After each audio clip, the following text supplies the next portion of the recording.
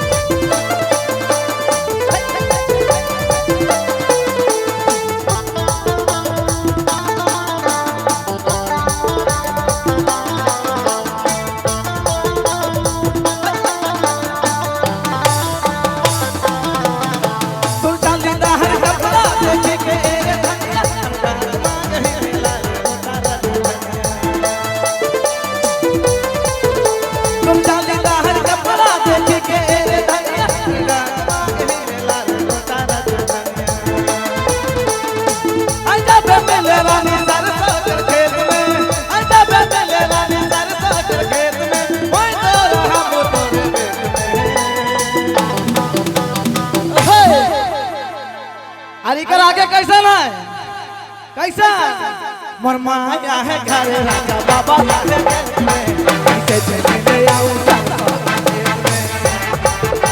मोर माया है घर राजा बाबा या है खेत में, कैसे चले आऊं सरसों के खेत में। तो चल दहर कपड़ा दे के रे धनिया डाक मांग ही लेला रे तारा। तो चल दहर कपड़ा दे के रे धनिया डाक मांग ही लेला रे तारा। आई जब मिले रानी सरसों के खेत में, आई जब मिले रानी सरसों के खेत में, मैं तो रहा हूँ तोरे रेत में। क्या बात है, एकदम गाना गाना। पीछे वाला भाई लोग एक बार जोर से हल्ला होना चाहिए, क्या बात।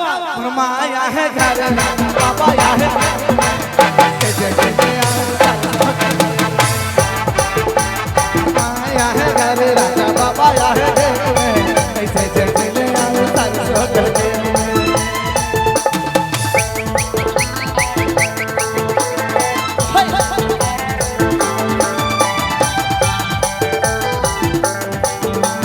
क्या बात है।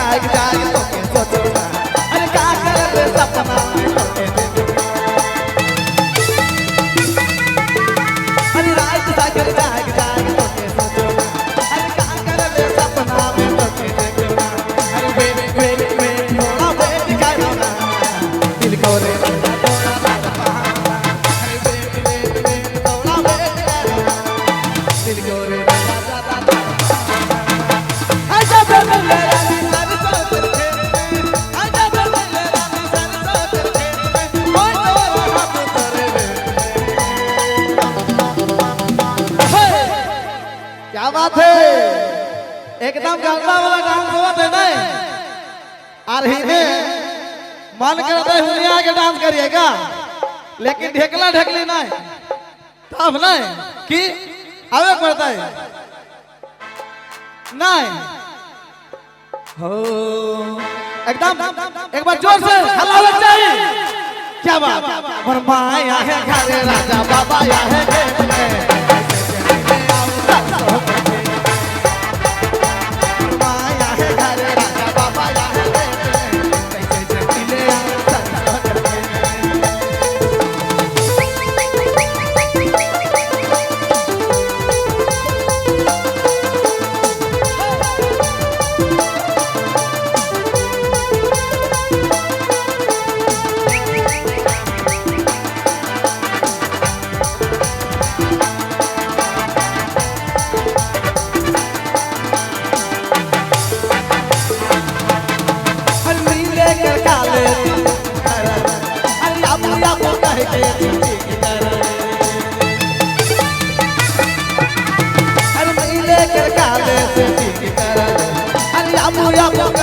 मीटिंग कर ले